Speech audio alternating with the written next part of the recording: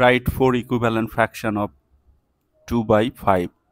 To find equivalent fraction of 5, you need to multiply both numerator and denominator by the same number. The value of n start from 2.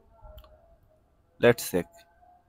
2 by 5, 2 by 5, 2 by 5, 2 by 5. Multiply this fraction by 2, 2. So you are getting 4 over 10.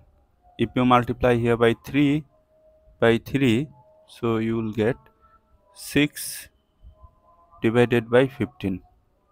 And if you multiply the numerator by 4, denominator by 4, you will get 2 times 2, 8, 4 times 5, 20. And if you multiply numerator by 5, denominator by 5, you will get 10 divided by 25.